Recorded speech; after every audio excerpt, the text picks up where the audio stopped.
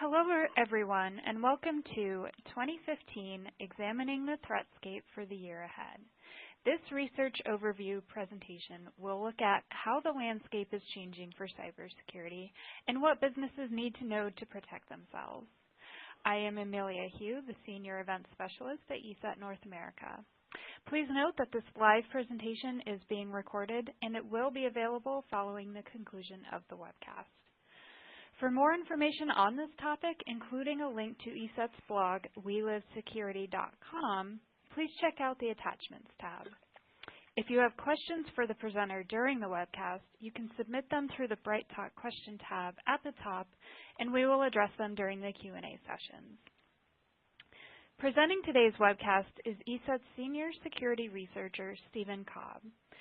Stephen has been a CISSP since 1996 and has helped companies large and small to manage their information security with a focus on emerging threats and data privacy issues.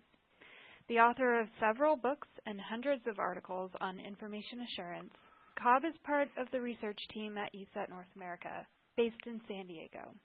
And with that, I'd like to welcome Stephen to the webcast. Good morning, Stephen. Thank you, Amelia, and thank you everybody out there for joining. Happy New Year to everybody. Let's jump right in because we have a lot to cover this year. If you're wondering how we did last year, there's a webinar followed a similar format about this time last January. And I think there's even more to cover this year. As Amelia said, we're going to look at what cyber threats your business will face in 2015.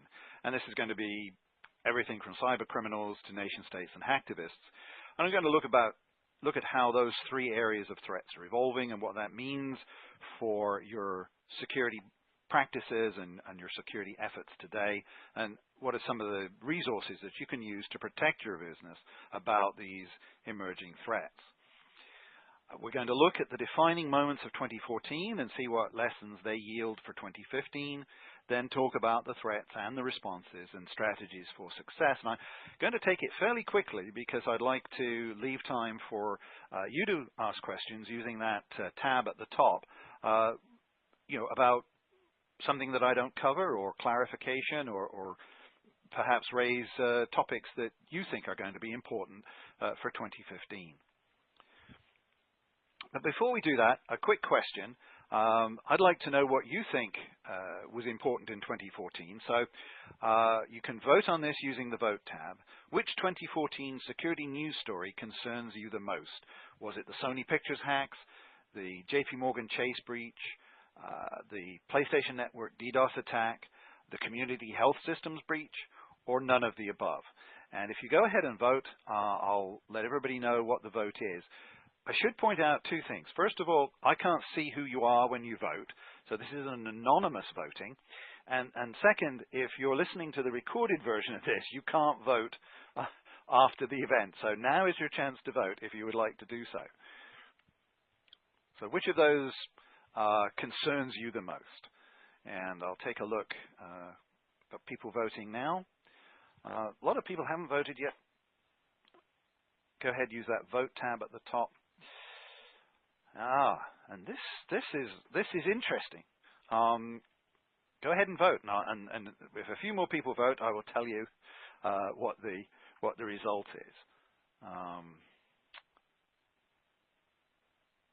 Okay, so this is very interesting. The most concerning to our audience today is the JP Morgan Chase breach, 46%, and I can imagine why that is. The Sony Pictures hack, 37%. 9% the Community Health Systems breach, maybe that's people in the healthcare area, or about 8% saying none of the above. So that's very interesting. So I'm going to start out, though, with the Sony breach, because I do think that was a defining moment. Last year, we talked about defining moments of 2013 being the Snowden revelations about the NSA and GCHQ and the Target breach. But this year, first off, it's going to be Sony, then JP Morgan Chase.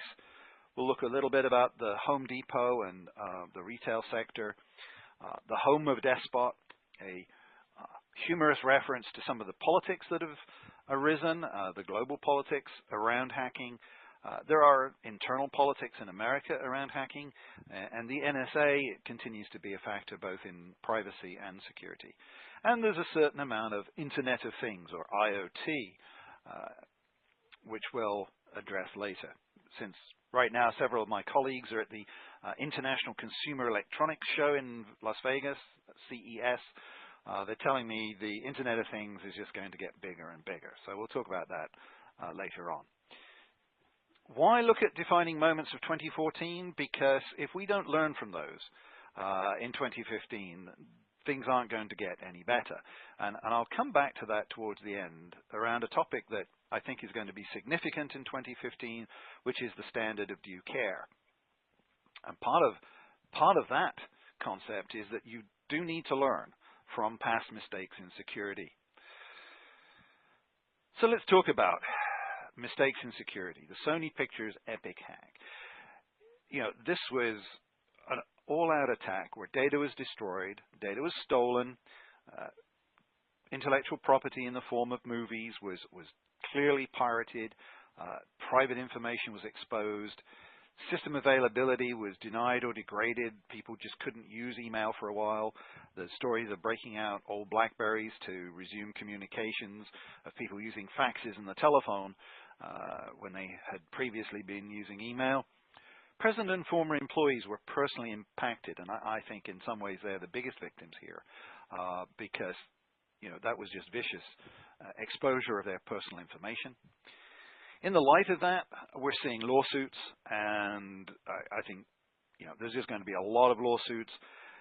Sony Pictures is a California corporation, as I understand it, subject certainly because it's in California to California law. California state law is some of the strictest privacy and security law. It's going to take a long time to sort this out on the legal front. There's also the issue of brand damage, and I think Sony managed to claw back some brand benefits by going ahead with the release of the interview in the way that it did, but I think the brand is definitely taking a hit here. And part of this is a historic thing. If we talk about what kind of security failure was this, I think the term systemic failure is not out of place, because here's an organization which a lot of people would say has failed to understand digital or cyberspace. Back in 2005, 10 years ago, Sony was responsible for what you could characterize as the largest corporate spread of malware, with their digital rights management that they put on music CDs, which actually was a stealthy rootkit that was installed on a lot of machines, millions of machines potentially, and then was exploited by the bad guys. I mean, that was a huge black eye, which showed a fundamental misunderstanding, I think, of the digital landscape, and didn't help that in 2011, their PlayStation network was hacked up one side, down the other, 77 million user accounts exposed. And I think there's, several ways you can respond to a history like that. One is to just become the most excellent security there is, and there's perhaps an analogy there with Microsoft, which after it got a lot of criticism around 2000, 2001, including an FTC case, really got on board with security. The other strategy is maybe just live with the risk. And we've heard that in comments from Sony employees around the latest hack, that yes, there were known weaknesses. We even know some of the known weaknesses at Sony because the PricewaterhouseCoopers audit from the second half of July was part of the information that was leaked. And it showed that there was a significant chunk of network outside the corporate security team's monitoring. And this is something that we see too often, is certain parts of an organization somehow get permission or just do it without permission. They go off outside of the corporate security umbrella. The report said security incidents impacting these network or infrastructure devices may not be detected or resolved timely. And talk about a timely audit report. So, lesson number one from Sony is don't leave unencrypted audit reports in the executive email inboxes. And, that sounds a bit snarky maybe, but gosh, it's true, isn't it? We tend to take email for granted, and we tend to think it's corporate email, it's protected. If the bad guys get in, it's not. Yes, you may be encrypting your email on the server, your email when it's transmitted. But if somebody owns an account, if somebody gets the credentials to an email account, it's not encrypted because the account owner gets to read that email, and the bad guys certainly were able to get to this email, where there were things said in email, put in email, that people came to regret.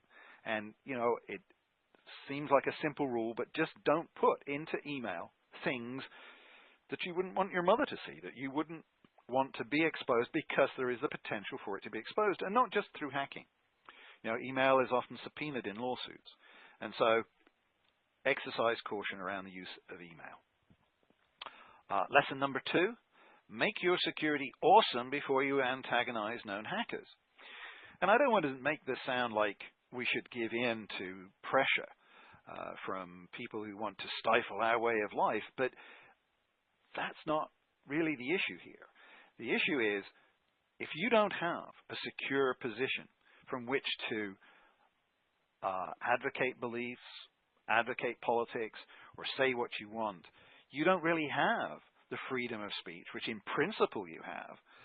But, there are situations in the real world where your freedom of speech is limited by the neighborhood you are in when you think about saying something out loud to the world.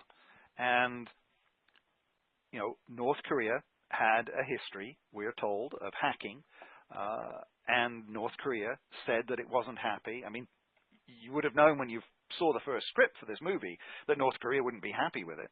We shouldn't be trying to please North Korea. Good heavens, it's a terrible regime. But the reality is that if you are antagonizing people who are known to be active in hacking, you have to be very secure. And, try asking your head of security if he's okay with your organization taunting hackers. And frankly, if he or she says yes, get a second opinion, because it's generally not the case that we can be so secure. We can take that as an individual organization, as a posture. Lesson number 3 is a reminder that hacktivism, whether it's nation state or, in the case of the Sony DDoS attack, it's people with a different perspective carrying out an attack. I mean, for 4 days over Christmas, people who had PS4 games couldn't play them because of the Lizard Squad DDoS attack. It's a reminder of something that we tend to get wrong in security. In security, we're fond of saying that the bank robber Willie Sutton was asked, "Why do you rob banks, Willie?" And he replied, "Because that's where the money is." And that's not actually true. That's apocryphal. In his autobiography, he said a journalist kind of made that up. Why did he rob banks? Because I enjoyed it. I loved it. I was more alive when I was inside a bank robbing it than at any other time in my life. And if you've met any hackers, if you actually go online and listen to the interviews with people from Lizard Squad, that's kind of their point of view. They will make some political statements, but a lot of what they're doing is is because of the fun of it. And, the internet is fundamentally asymmetric. It's very difficult to stop people who are destructive. With DDoS attacks, you can bring a tremendous amount of resources to bear just as a small group of people. And in some cases, I think discretion may be the better part of cyber valor, if there is such a thing. I would not advocate, positions which were going to aggravate people who had the capability and the inclination to take it out on you in the form of a DDoS attack.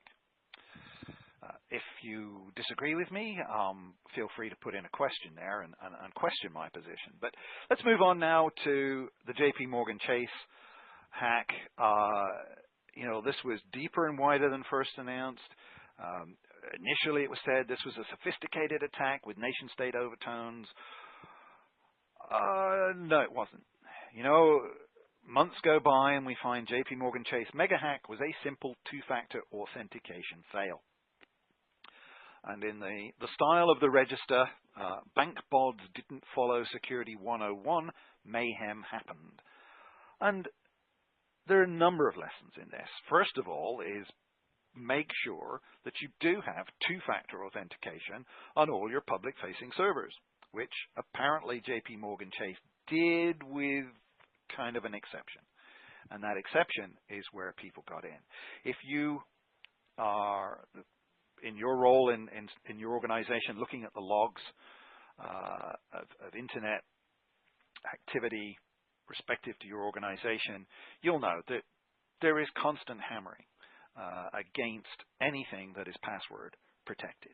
And so brute forcing that, even without inside knowledge or help, even without phishing, brute forcing of credentials like passwords is ongoing and is potentially going to happen. In fact, there's just been a report out today on new techniques that people are using to get around web application firewalls and rate limiting protection against constant brute forcing. So we won't go into that now, but again, I think that's going to be a pattern in 2015, is constant hammering against anything that is password protected and public facing on the internet.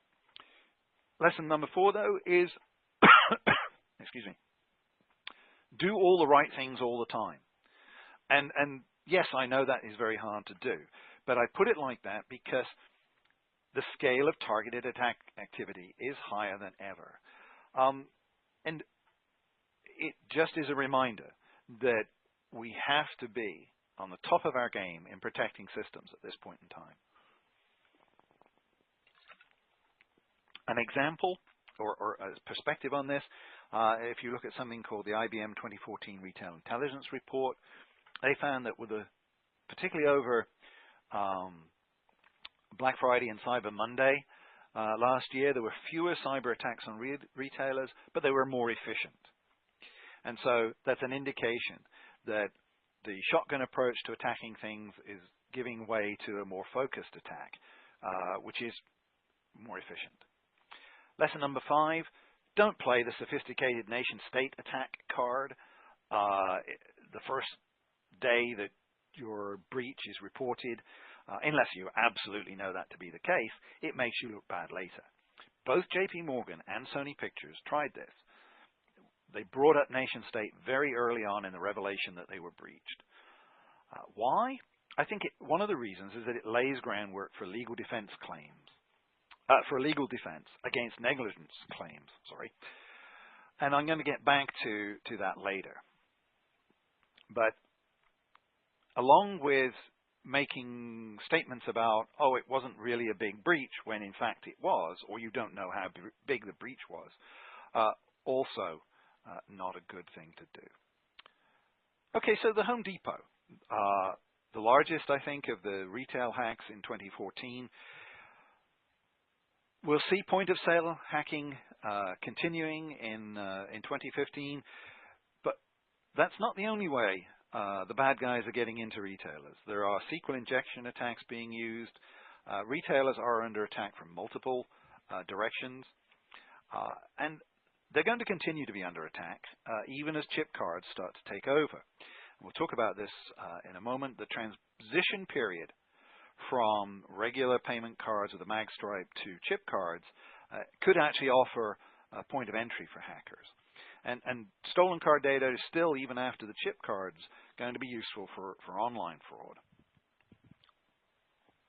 So this brings me to the second question of our polling questions. You can vote on this using the voting tab. The question goes like this. Chip cards are coming, and they are hard to fake. So the people who now make money from card fraud will A, get jobs, or B, try a different kind of fraud. And so people who started to vote, I'll remind you that I can't see who you are when you vote. It's anonymous voting. Also, if you're listening to the recorded version of this, you can't vote at this point in time. So now's your chance to vote. And I'm going to take a look at the voting. Wow, there aren't many people. Oh, okay, more votes. Okay. Well, I think we get the message here, and that's a very good response. Everybody said try a different kind of fraud.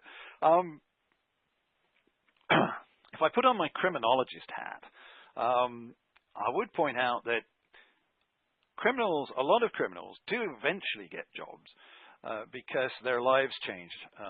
The research suggests that getting married and having a family and other life events like getting old does lead criminals to give up. But very good, everybody. That was a good test of the sentiment out there. Yes, this is what we call in criminology crime displacement. You know, if one type of crime gets shut off, people will try different techniques and strategies. This chip or EMV technology will make it harder to turn those stolen payment card data into fake cards, but I think it will push things towards other crimes like identity theft. A big issue, I think, in 2015 is going to be tax identity fraud. This is where somebody uses your social security number and other personal details to file a tax return, this is in the United States, in your name and get a refund in your name, but not to your address. They get your money or money from the government in your name. When you go to file your taxes, you get a notice from the IRS saying your taxes have already been filed, and that leads to, on average, a 9-month period of paperwork in order to clear things up. Quite almost unbelievably, so every time I quote this figure that we lost $5 billion in 2013 to tax identity fraud, I have to go back and check the GAO report or the Inspector General report that documents that. It's true. The IRS has been making some changes to electronic filing, but it needs to do more. Unfortunately, last year Congress cut the IRS budget, which just seems to be a really silly thing to do in my mind. And really, you know, about the only vice here is file early with your fingers crossed. This is not something which we as individuals or companies can do much about besides lobby the government to fix the problem. There is a form of this, you know, if you're self-employed or a small business and you pay estimated taxes, there's a form of tax ID fraud which goes after that kind of tax money. So do look into that and follow the steps that the IRS and other websites have strategies that you can use in order to protect yourself. Some of the politics around cybersecurity we saw in 2014 will flow into 2015. The NSA revelations have slowed down, but the NSA-related court cases are definitely going to keep popping up, hearings and so on, and legislation during the year, which will keep privacy top of mind for many people. Last year, I advised companies to really get on top of their privacy posture, to get out front of the privacy debate with their public commitment to privacy of customer information, and that still remains the case. Unfortunately, you know, we have this political stalemate in Washington, which I'm not sure that the latest election results are going to change, where the efforts to share data between the government and private enterprise are probably going to get bogged down. There's legislation pending to try and improve that. Hopefully it will pass, and hopefully there will be progress there. And hopefully, you know, there will be an increase in spending on cybercrime deterrence. If you're familiar with the budget of the FBI, it's been around $8 billion for several years, and that's not, in the scheme of things, that much money when the FBI has a whole lot of other things to do besides fight cybercrime. I mentioned earlier the Internet of Things. This is clearly, you know, going to grow. more and more devices, sensors, wearable items, building sensors, home sensors are going to be connected, many of them wirelessly, and they're going to get hacked. Virus Bulletin 2014, there were 3 presentations on TV hacking, wearable technology hacking, and home router hacking. We're not seeing this right now as a corporate threat so much.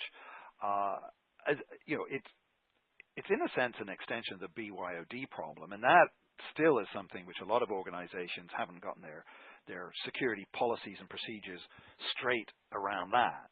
So I wouldn't put off dealing with BYOD to address IoT, but be aware that's coming. The more urgent area is industrial control sensors and SCADA systems, where there's clearly hacking attempts going on there, and those will continue.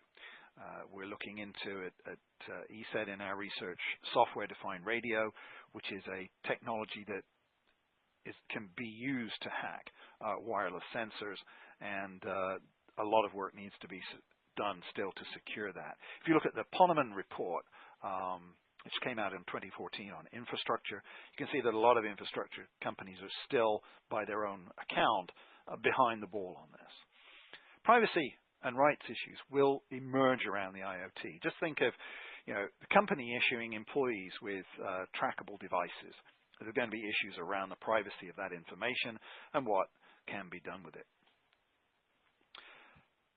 Shouldn't distract us from the fact that Cybercrime Incorporated is still the engine that drives a lot of this activity, the black markets on which people can buy and sell the tools required. One of the reasons for the accelerating rate of technology deployment by the bad guys is that the bad guys communicate, they get together in groups. They're not organized crime in the traditional sense of mafia, but they organize themselves around particular projects, and they do share information, and they have division of labor where people can concentrate on, okay, let's say that web application firewalls need to be defeated. How do we defeat that? You can have people work on that and buy the results of their efforts.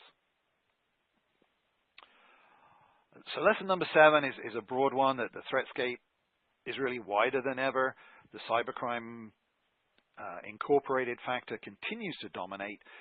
If you have data about people in your systems, that's a target. Doesn't matter how small you are, whether you're a non-profit or a hospital or a church. If you have data about people that can be sold on the black market, you're a target. Nation-state hacking is an ongoing problem. And unfortunately, I think companies are going to, when they get hacked, raise that nation-state flag incorrectly, as in the case of JP Morgan Chase, but that doesn't detract from the fact that that stuff is going on. So again, if you've got company secrets, if you've got intellectual property, whether it's a movie or a patent or a process, well, patents are public, but your implementation of a patent or things which are state secrets, or development of product for the military, you're a target. And hacktivism, clearly in resurgence. If you look at the Lizard Squad DDoS and other things that they and GOP, if GOP is really the people who did the Sony hack, and Anonymous, continuing to carry out attacks. Plus, you've got all of the traditional IT security risks. Actions by current and former employees. That could be a factor in the Sony hack. Competitors who want your secrets or want your customer list. Natural and human disasters. And, I'm talking to you from San Diego, which had its warmest year since historical records began last year.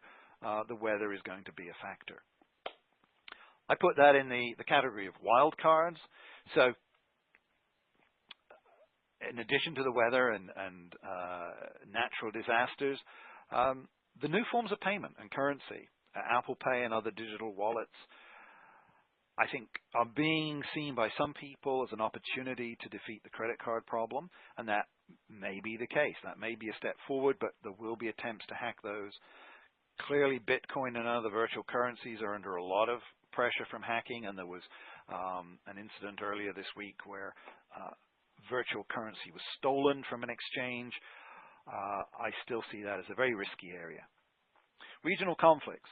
You know, the beginning of 2014, the situation in the Ukraine erupted, and that is not good for cybersecurity. You know, there were a lot of indications that criminal hacking activity was coming out of Ukraine, particularly in the Russian-speaking community, and the ability to do law enforcement against that kind of activity when there's conflict in the region is just that much more difficult.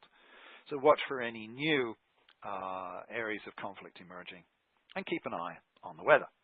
So question number 3, last of the polling questions. If you could open up the voting, Amelia. A disaster puts your offices and computer off limits for 3 days. What's your reaction? Are you well prepared with a written plan ready to execute?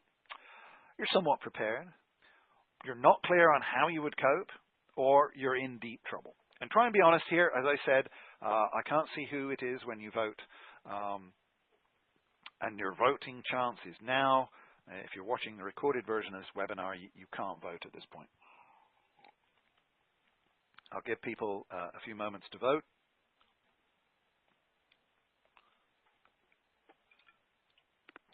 I'll also remind you that you can submit questions, and I will get to these after the next section of the webinar. Oh, we know a lot of people voting. Let's see. View the results. That's good. I think it's probably pretty honest. Some people, it's looking like 39% well prepared with a written plan ready to execute. Well done. 45% somewhat prepared. Some very honest answers there, I think, in C, not clear how they would cope. And 4% say they would be in deep trouble. Okay. Well, let's talk about this for a moment. You know, we don't want all the hacking activity to distract from the ongoing work at the heart of a lot of security programs: business continuity, management, and incident response.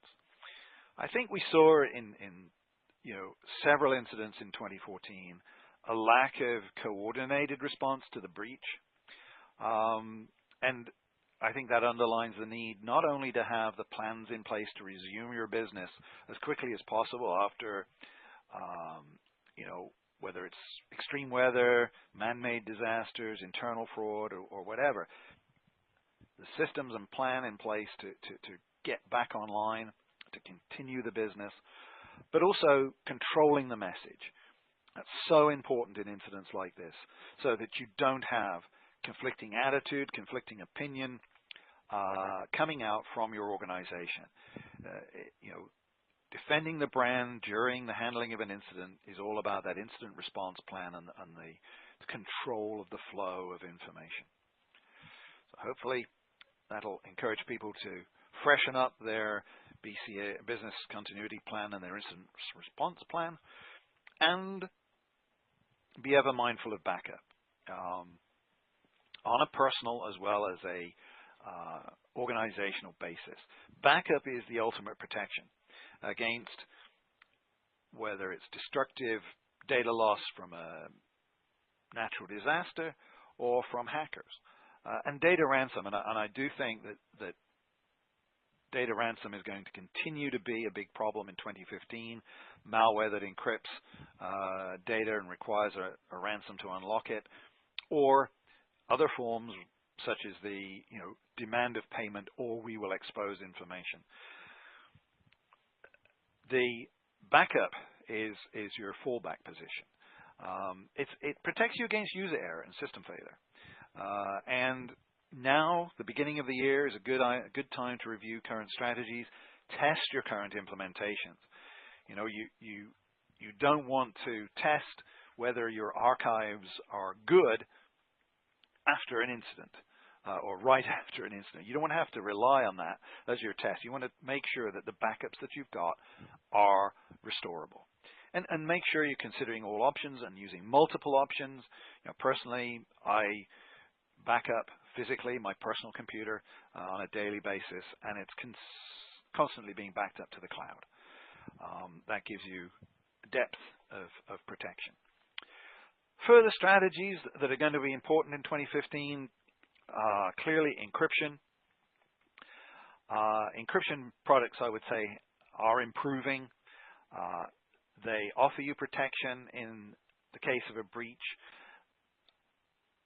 If you look at the health sector, you actually don't have to go onto the OCR wall of shame if the stolen laptop was encrypted, the one that had all the patient records on it. There are protections not only against actual exposure, but against the repercussions of a breach. Make sure, though, that you're encrypting in transit as well as at rest. And check your cloud provider. If you're using a cloud provider, are they using encryption between the data centers? I think 2015 is a time to look at your use of cloud, find out, well, where is the data? Is my data spread across multiple locations, which is often the case if you've got large data and it's sharded. Are all of those locations secure? Make sure you know what's going on there. You don't want to be faced with a breach and questions saying, well, where was the data? And you don't really know. And obviously, you want to make sure as due diligence that all of those data centers that have some of your data in it are physically well protected as well as logically. Other strategies, start of the year is also a good time to check if your information security policies are complete and up to date. What programs came in 2014 that may have flown under the radar, maybe like in the case of that Sony audit, outside of the scope of corporate IT security? And are you aware of new laws that affect your compliance around privacy? California, for example, is constantly ratcheting up the privacy and security regulations. We know that there's going to be more HIPAA auditing in 2015. So now is a good time to check on your compliance stature. But do remember, compliance is not the same thing as security. Further strategies for success, and I'll go through these fairly quickly because I want to get to some questions. If you're responsible for protecting data and systems, the first thing I think to do is not panic. Remember that you're not alone, and use the heightened awareness that we have today to your advantage. The C-level is more aware, as well as the employees are more aware that bad things can happen with this technology that we're using. And I'll talk about kind of a structured approach that I think would work. I've used this diagram before, but I think it's a very good one. It came from the National Association of State CIO report in 2012, but it's basically the way of looking at things that makes sense to me is that you first of all, assess your risks and share results. And I'm sure you're out there assessing risks, but are you communicating with the business stakeholders? For example, and I think in the case of Sony, their assets, their intellectual property, the result of tens of thousands of people working together with budgets of hundreds of millions to make a movie, produce something which sits in a file. Well, do the people who made that and put it in a file understand the risks to that file, particularly if that file is on a server which can be accessed from outside the organization? It should be in the equivalent of a digital vault. If it's a Brad Pitt movie, you shouldn't be able to get to it. Do the stakeholders in your organization understand the risks? And make sure that they are informed. You strategize in step 2 to address the risks and threats. You invest, obviously, in cybersecurity solutions, and hopefully you've done a good enough job of expressing what those risks are and describing the threats that you get the money. I'll talk about some techniques for that in a moment. You educate on cybersecurity, not just training people not to click on this, not to put USB drives in without being scanned and so on, but broadly educate the organization, including the board, on what the cybersecurity landscape is. You then measure on how things are going and report. And share your story. You know, if you go 6 months without any intrusions, make a deal out of that. Make people aware that security is working when it is working. You know, you are not alone. Network with others within the organization, up and down the organization chart. You will find people who get security. Make friends with them. Beyond the organization, in the tab that's labeled attachments on this Bright Talk screen, you'll find a bunch of links to organizations that I've listed here, and I won't go through all of them. One I will point out is NIST, which in 2014 finalized the cybersecurity framework, and that's important for a couple of things. It's a very good document, I think. A lot of you out there in the audience, I think, are probably doing the things that are covered in the NIST framework, but aligning what you do with that, I think, is a good idea, because I think that framework is going to be seen at some point in time, if not already, as the standard of what you should be doing, otherwise known as the standard of due care. Join IT security and privacy groups, get together, talk to people, get involved, get connected with your local law enforcement and your local FBI office. You should have those names and numbers handy, and do not hesitate to call them in. I've seen a number of examples in 2014 of really good work by the FBI helping out organizations that have come under attack. You know, maybe you've had bad experiences in the past, or maybe you're a little bit skeptical about the FBI as a resource. They can be a very helpful resource if you come under attack. And revisit, you know, issues which maybe didn't go so well in the past. You know, bosses may not like security, but they've got to see that breaches equal lost customers, lost revenue, and lost jobs. And when you're talking to employees, you know, we're all of us, every employee that you have, even if they don't have a company computer, is a computer user with private information on a cell phone, on a tablet, on a laptop that needs protecting. And if all else fails, try fear of headlines. Here are two from 2014. The CEO at Target, out, and the CIO, out. So, final word before I take questions is this topic of due care, which I've mentioned. And I also talked about how complying with rules and regulations, whether it's HIPAA or SOX or PCI, whatever, it's not the same as being secure. We've already seen an incident in 2014 where an organization, Walgreens, was sued over the exposure of information, private information, pharmaceutical information, and said, well, look, Your Honor, we're HIPAA compliant, and that wasn't sufficient to avoid liability. You are, if you go to court over a breach, judged in actually the court of the media, of public opinion, as well as the court of law. In the court of law, liability will eventually come down to reasonableness. Did you take reasonable steps to secure your business? And quite frankly, in that case, I would say JP Morgan's in better shape than Sony. You know, if you can say, well, look, every one of our servers was protected by two-factor authentication except one, Your Honor, that's way different than if you had 10 clearly available points of entry into your systems that weren't protected. You have to be able to show in defending yourself that you've taken due care. And that's where things like the NIST framework, which is widely seen as a standard now, is going to be important. So with that, I'll, in a moment, turn to questions. Here's my contact information. I would say that if you would like a copy of the slides, you can email me, stephen.cobb@eset.com.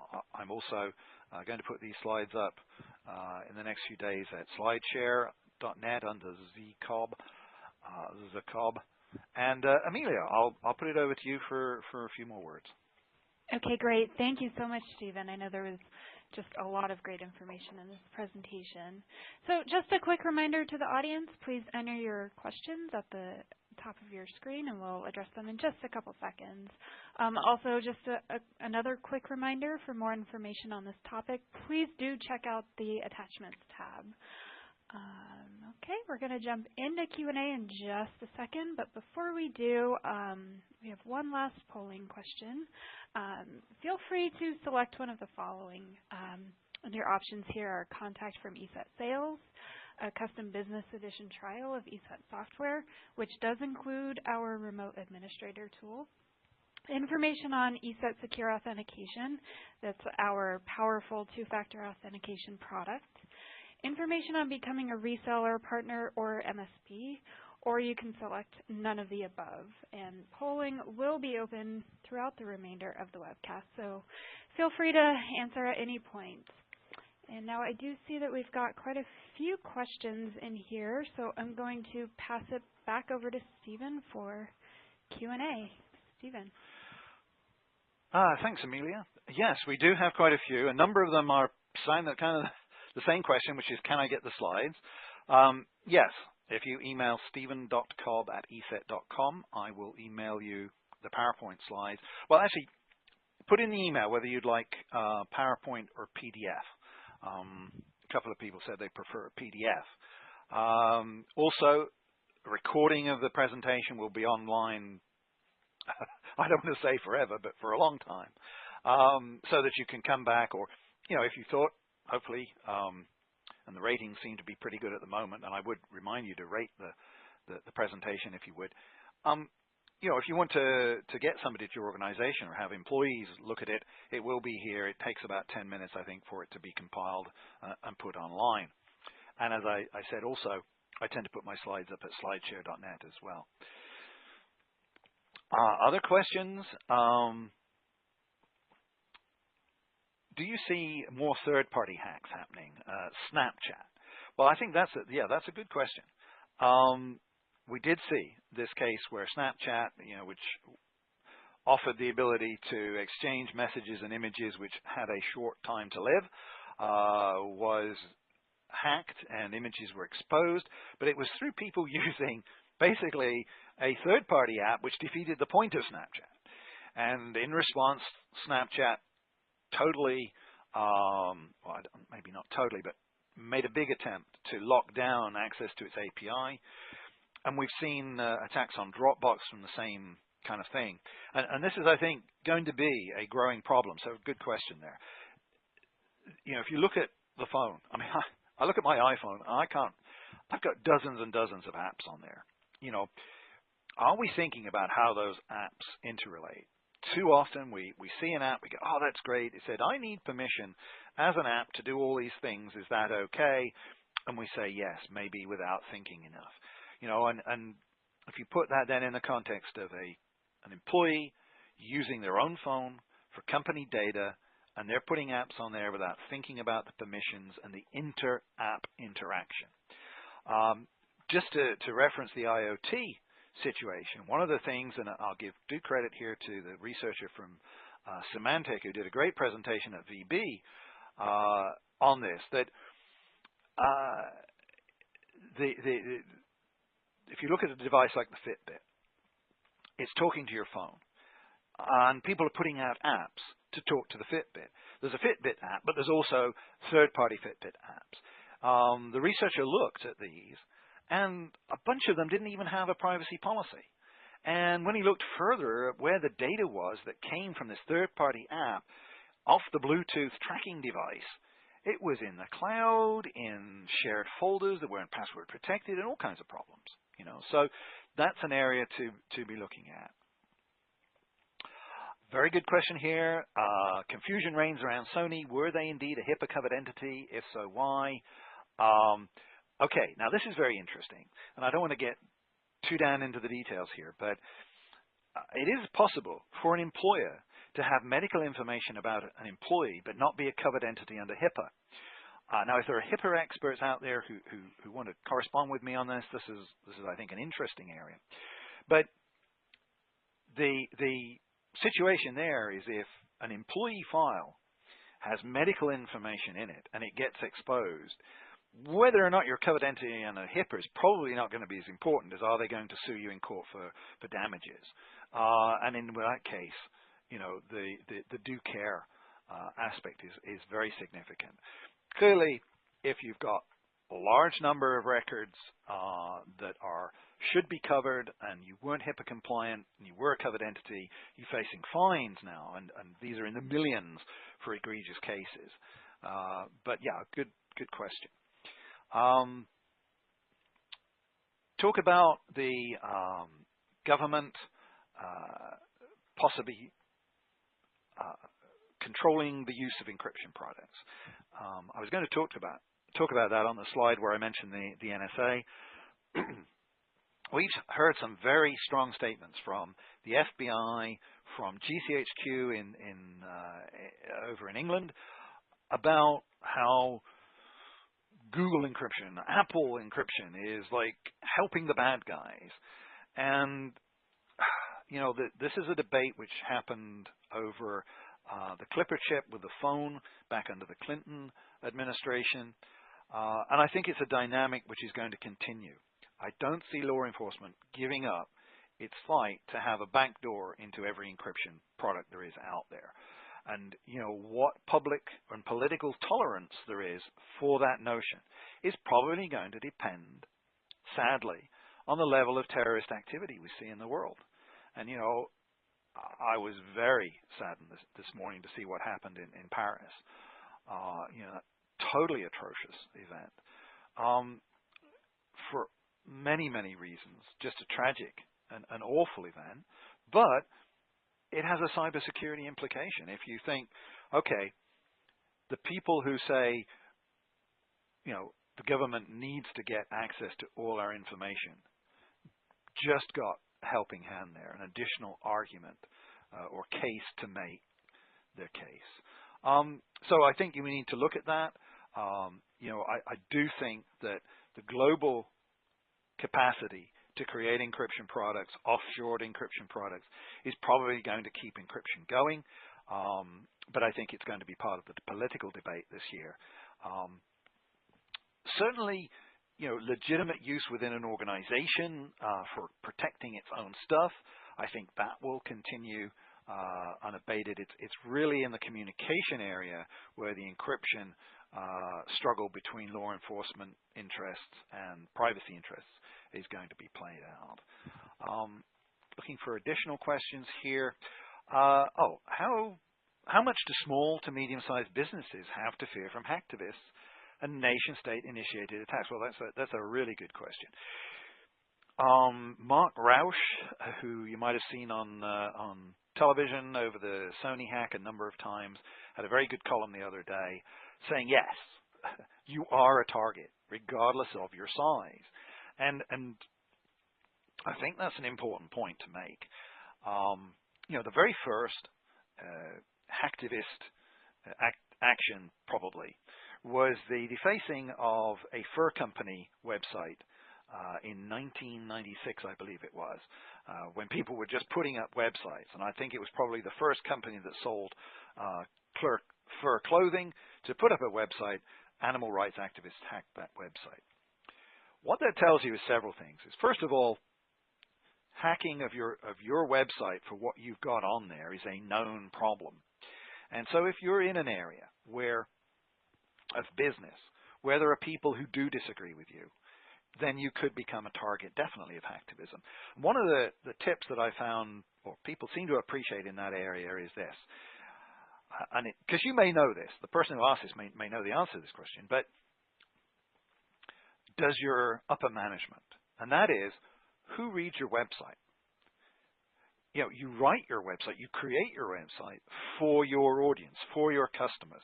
There are these people you want to speak to on your website, but the whole world can read it. That's why it's called the World Wide Web. So let's say you're in the lumber business, and I have some friends in the lumber business.